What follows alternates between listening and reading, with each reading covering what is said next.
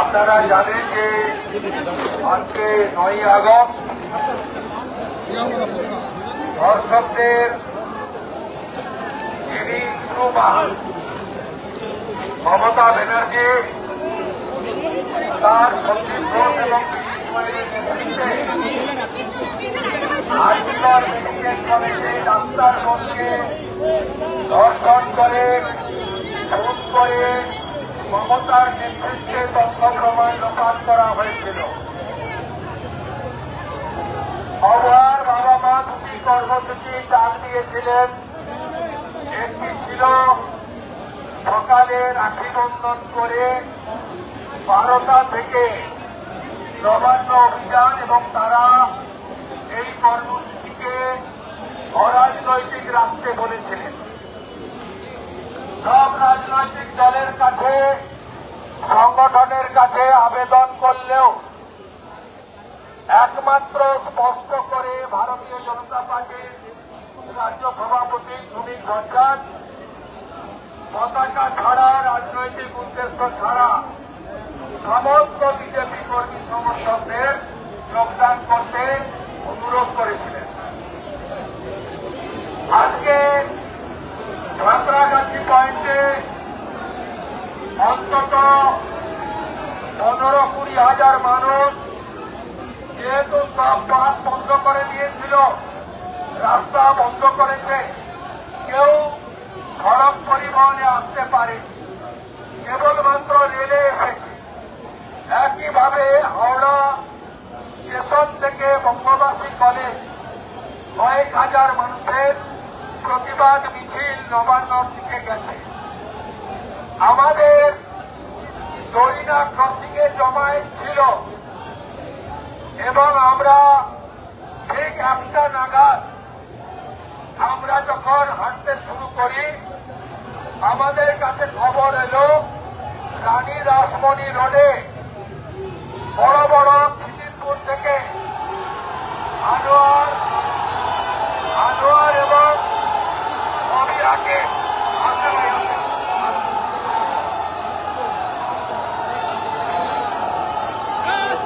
আসতে যাবেন না, যাবেন ওদের দিকে তাকাবেন না, ওগুলো রোহিঙ্গা আর বাংলাদেশি মুসলমান, ওগুলো তাকাবেন না। ও ইলেকশন কমিশন বুঝে নেবে, বিহারের মতো ভোটার তালিকাতেই খেলা হবে। আপনাদের বলি, রানী রাসমণি রোডে আমরা না গিয়ে বাস স্ট্রিট দিয়ে মিও রোড হয়ে আমরা ফোর্ট উইলিয়ামের কাছে ইরানের বড় ব্যারিকেড করেছেন জানি, ওখানেও কন্টেনার আমাদের রাস্তা খুঁড়ে ইস্পাতের ব্যারিকেড ইত্যাদি করেছে।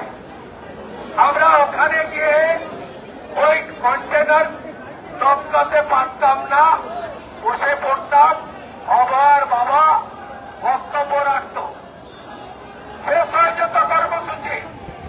কিন্তু আস্তে আস্তে আস্তে ভাই আস্তে আস্তে আস্তে আস্তে ভাই আস্তে নিয়ন্ত্রণে রাখবেন সবাই। ইগনোরিট, আমার কথা শোনো। আমরা এখানে এরা যা করেছে আমিও খেয়েছি।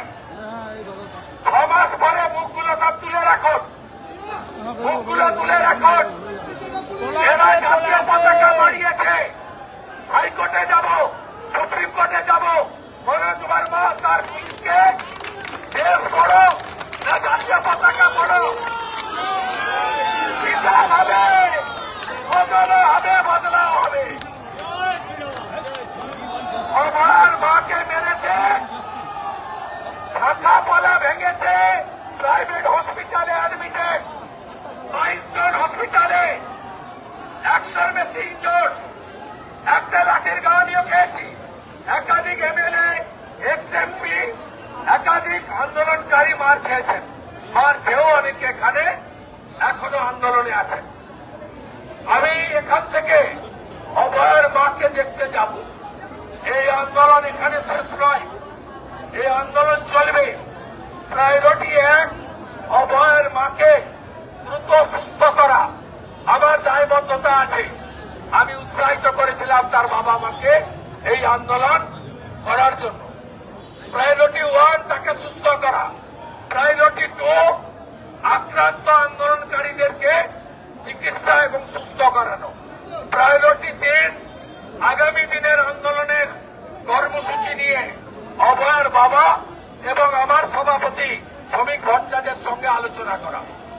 এবং তারপরে যেটা আছে, মমতা পুলিশ, কলকাতা পুলিশ, মনোজ বার্মার যারা চটি চেটে মেরেছে আমাদের, তাদের বিরুদ্ধে ভারতীয় ন্যায় সংহিতা এবং সংবিধান অনুযায়ী আমাদের মা, আমাদের ভারত মাতা, আমাদের ন্যাশনাল ফ্ল্যাগ মারিয়েছে এরা। আমি ভিডিও দেখাচ্ছি, দেখুন কোথায় যাবে এরা, কে বাঁচাবে? কেউ বাঁচাবে না। ডালা রশিকে মমতা বাঁচায়নি, নারকেল ডাঙ্গা রশি ছেলে কেউ বাঁচাবে না। জাতীয় পতাকা সুপ্রিম কোর্ট পর্যন্ত যাব এবং ছাড়ব না। শুধু আপনারা দেখতে থাকুন কিভাবে জাতীয় পতাকা মারিয়েছে। দেখুন, দেখো বিয়াদবরা, মমতার বড় আনন্দ দেখুন।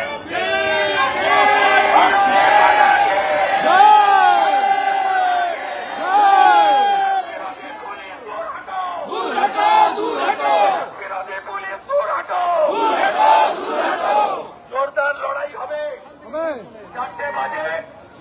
আমি আন্দোলন অবস্থান ধর্ণা প্রত্যাহার করছি। কেন? জুনিয়র ডাক্তার ফ্রন্ট তারা বাবা মার ডাকে সাড়া দেননি। আমরা জুনিয়র ডাক্তার ফ্রন্ট যাতে কালীঘাট অভিযান সফল করতে পারে তার জন্য ওদের টাইম 4টায় আছে।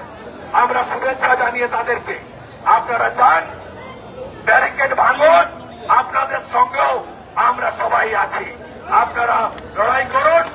আর আগামী দিনে জোর লড়াই হবে, জোর লড়াই হবে।